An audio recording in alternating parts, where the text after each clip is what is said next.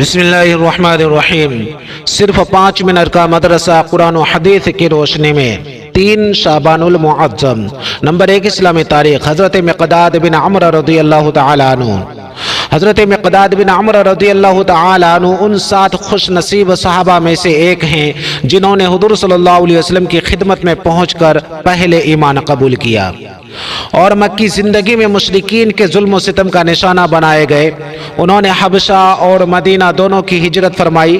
جب حضور صلی اللہ علیہ وسلم نے جنگ بدر کے متعلق مشورہ کیا تو انہوں نے ہی انصار کی ترجمانی کرتے ہوئے عرض کیا، یا رسول اللہ صلی اللہ علیہ وسلم، ہم موسیٰ علیہ السلام کی قوم کی طرح نہیں بلکہ ہم آپ کے ساتھ مل کر آگے پیچھے دائیں بائیں ہر طرف سے آخری دم تک لڑیں گے اور کبھی آپ کا ساتھ نہیں چھوڑیں گے۔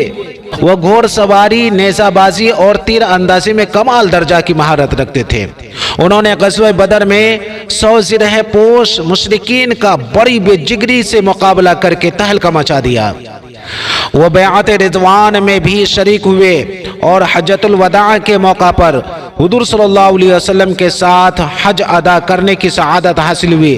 ان کا قرآن سن کر اللہ کے نبی صلی اللہ علیہ وسلم نے فرمایا، یہ عبادت گزار بندہ ہے اور اللہ نے مجھے علی، مقداد، سلمان اور ابو ذر رضی اللہ تعالی عنہم سے محبت کرنے کا حکم دیا ہے۔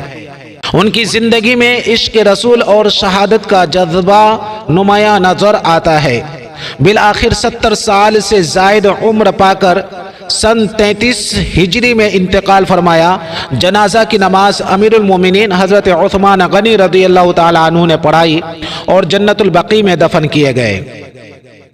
نمبر 2 اللہ کی قدرت۔ ہمارے جسم میں خون کون بناتا ہے؟ اللہ تعالیٰ نے انسانی زندگی کا دار و مدار جن چیزوں پر رکھا ہے ان میں سے ایک خون ہے۔ اگر جسم میں خون کی کمی ہو جائے یا خون بننا بند ہو جائے تو انسان کا زندہ رہنا مشکل ہو جائے گا۔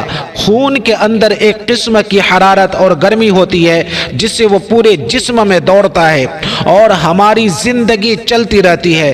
یقیناً یہ اللہ کا بنایا ہوا نظام ہے کہ بے جان چیزوں سے انسان کو حیات بخشنے والا خون بناتا ہے۔ نمبر 3 ایک فرد کے بارے میں جمعہ کی نماز ادا کرنا۔ رسول اللہ صلی اللہ علیہ وسلم نے فرمایا، جمعہ کی نماز جماعت کے ساتھ ادا کرنا ہر مسلمان پر لازم ہے مگر 4 لوگوں پر لازم نہیں ہے۔ ایک وہ غلام جو کسی کی ملکیت میں ہو، دوسرا عورت، تیسرا نابالغ بچہ، چوتھا بیمار۔ ابو داؤد۔ جہاں جمعہ کے شرائط پائے جاتے ہوں وہاں جمعہ کی نماز ادا کرنا ہر صحیح و تندرست اور بالغ و مقیم مسلمان مرد پر فرض ہے۔ نمبر 4 ایک سنت کے بارے میں سوتے وقت معوذتین پڑھنا۔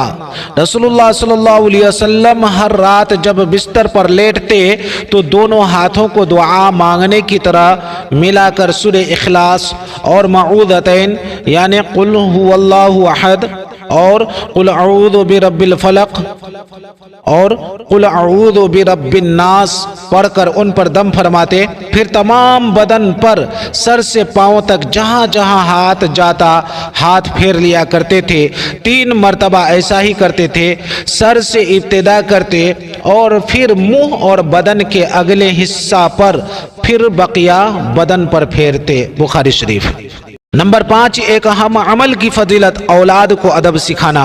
رسول اللہ صلی اللہ علیہ وسلم نے فرمایا، کسی شخص کا اپنی اولاد کو ادب سکھانا 1 صاع اناج یعنی تقریباً 3.5 کلو گیہوں صدقہ کرنے سے بہتر ہے۔ ترمذی شریف۔ نمبر 6 گناہ کے بارے میں مرد و عورت کا ایک دوسرے کی نقل کرنا۔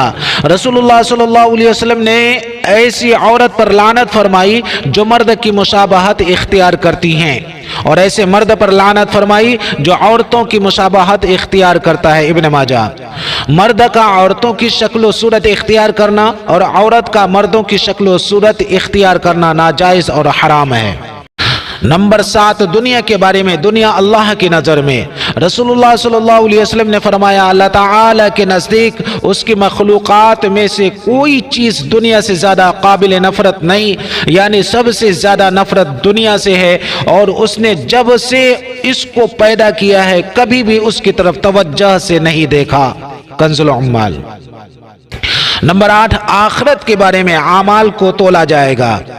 قرآن میں اللہ تعالیٰ فرماتا ہے اس دن اعمال کا وزن برحق ہوگا، پھر جن کا پلہ بھاری ہوگا تو وہ لوگ کامیاب ہوں گے، اور جن کا پلڑا وزن میں ہلکا ہوگا تو ایسے لوگوں نے اپنے آپ کو نقصان میں ڈالا ہوگا، اس لیے کہ وہ ہماری آیتوں کے ساتھ نا انصافی کرتے تھے۔ سورہ اعراف۔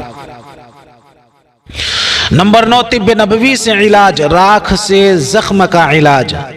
غزوہ احد میں جب رسول اللہ صلی اللہ علیہ وسلم کا چہرہ مبارک زخمی ہو گیا تو آپ صلی اللہ علیہ وسلم کی صاحبزادی حضرت فاطمہ رضی اللہ تعالی عنہ خون دھو رہی تھیں، اور حضرت علی رضی اللہ تعالی عنہ زخموں پر پانی ڈال رہے تھے۔ حضرت فاطمہ رضی اللہ تعالی عنہ نے جب دیکھا کہ خون بند ہونے کے بجائے بڑھتا ہی جا رہا ہے تو انہوں نے کھجور کے پتوں کی چٹائی کا ایک ٹکڑا لے کر جلایا، اور جب وہ راکھ ہو گیا تو اس کو زخموں پر لگا دیا، جس سے خون بند ہو گیا۔ بخاری شریف۔